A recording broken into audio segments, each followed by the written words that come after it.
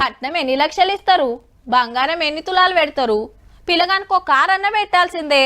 ఏ పైకం ఎందుకు, ఫ్లాట్ ఉందంటున్నారు కదా, గది అల్లుని పేరు మీద రాయుండ్రి. మా బిడ్డ పెళ్లికి 2 ఎకరాలు ఇచ్చినాము, మరి కోడలకు కూడా అంతకు తక్కువ కాకుండా తీసుకోవాలి కదా. ఆడవిల్ల కట్నాల పరిస్థితి ఏంది, పెట్టుబోతల లెక్కేంది? ఇగో గిన్నుంటాయి పెళ్ళంటే. మాటలు కాదు, లక్షలు కావాలి, భూములు అమ్మాలే, అప్పులు చేయాలి. అయితే పిల్లగాని కాళ్ళు గడుగుతారు గాని పిల్లై గడుగుడైందని చిత్రం అనిపిస్తుందిలే. అంతేకాదబ్బా, వాళ్ళు కట్నం పెట్టరు, ఇల్లు పైసా తీసుకోరు.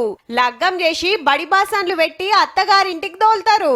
కట్నం ఇవ్వమ్మా, దాంట్లో కట్నం నడది. వచ్చిన చుట్టాలైనా ఊరోళ్ళైనా గిఫ్టులు తెచ్చుడు ఉండదబ్బా.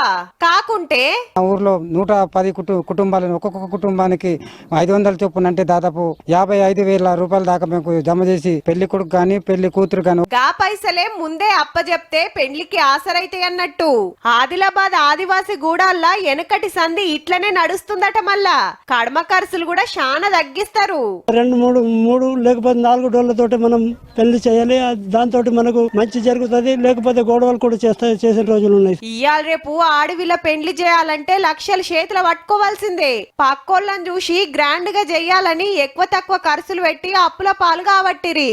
అప్పు తీసుకో రావాలనే ఆలోచన ఉండదు, ఇంట్లో వాళ్ళకి ఒక భారం అనేది తగ్గుతుంది. అప్పులు తెచ్చినా కానీ మేము అంత వడ్డీతోటి కట్టలేని పరిస్థితి మాది.